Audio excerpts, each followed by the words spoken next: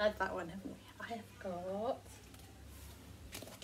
The Gruffalo's Child by Julia Donaldson and Axel Scheffler, with thanks to Macmillan Press. Now we know the Gruffalo, don't we? Or did you know the Gruffalo's Child? What's she got in her paws? Oh look, it's a stick man, yeah.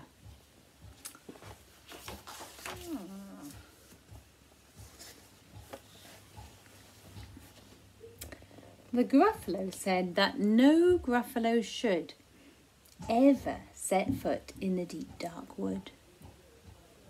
Why not? Why not? Because if you do, the big bad mouse will be after you. I met him once, said the Gruffalo. I met him a long, long time ago. What does he look like? Tell us, Dad. Is he terribly big and terribly bad?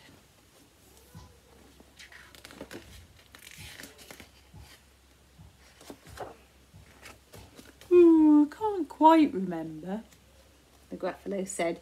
Then he thought for a minute and scratched his head. The big bad mouse is terribly strong and his scaly tail is terribly long. It's a very scaly tail, isn't it?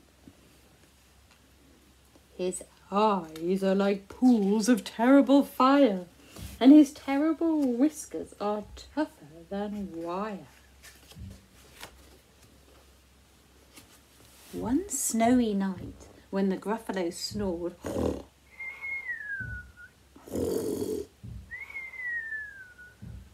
the Gruffalo's child was feeling bored. The Gruffalo's child was feeling brave, so she tiptoed out of the Gruffalo cave. The snow fell fast and the wind blew wild. Into the wood went the Gruffalo's child.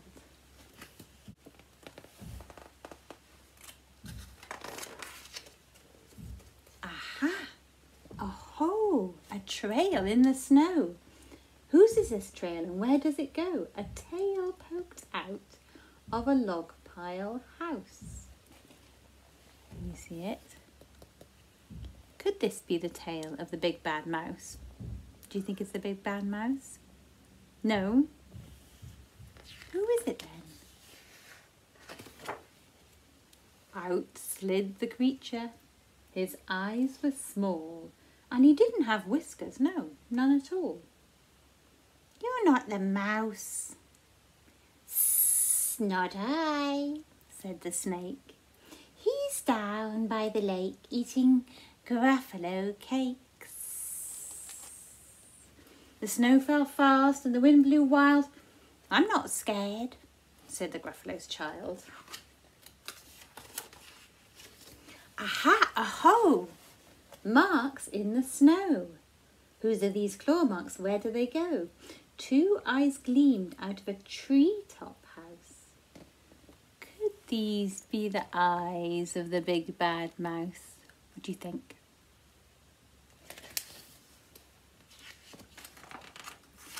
Down flew the creature. His tail was short and he didn't have whiskers of any sort.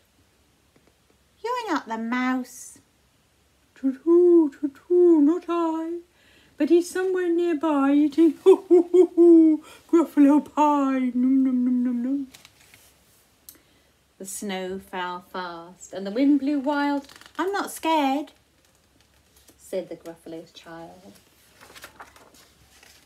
Aha, aho! A track in the snow. Whose is this track and where does it go?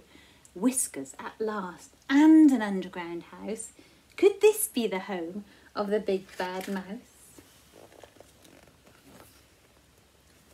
Who's that? Out slunk the creature. His eyes weren't fiery, his tail wasn't scaly, his whiskers weren't wiry. You're not the mouse. Oh no, not me. He's under a tree drinking Gruffalo tea. It's all a trick, said the Gruffalo's child as she sat on a stump where the snow lay piled. I don't believe in the big bad mouse.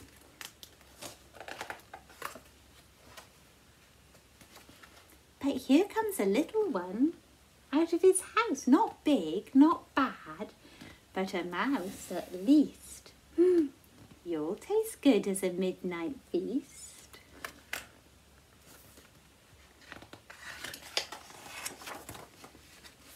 Wait, said the mouse, before you eat. There's a friend of mine that you ought to meet. If you'll let me hop onto a hazel twig, I'll beckon my friend so bad and big. The Gruffalo's child unclenched her fist. Oh, the big bad mouse, so he does exist. The mouse hopped into the hazel tree. He beckoned then said, just wait and see. There he goes, look. Out came the moon. It was bright and round.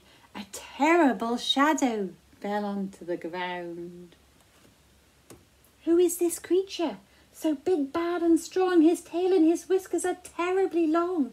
His ears are enormous, and over his shoulder he carries a nut as big as a boulder. Now she looks scared, doesn't she? The big bad mouse! Yelled the Gruffalo's child. The mouse jumped down from the twig and smiled. Aha! Oh ho, prints in the snow. Whose are these footprints? Where do they go? Oh, look, she's running off. The footprints led to the Gruffalo cave, where the Gruffalo's child was a bit less brave.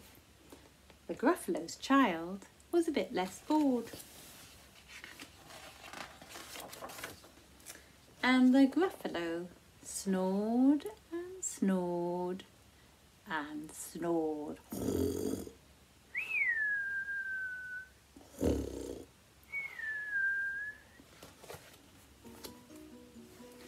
The Gruffalo slept through that whole adventure, didn't he? See you next time, folks. Bye.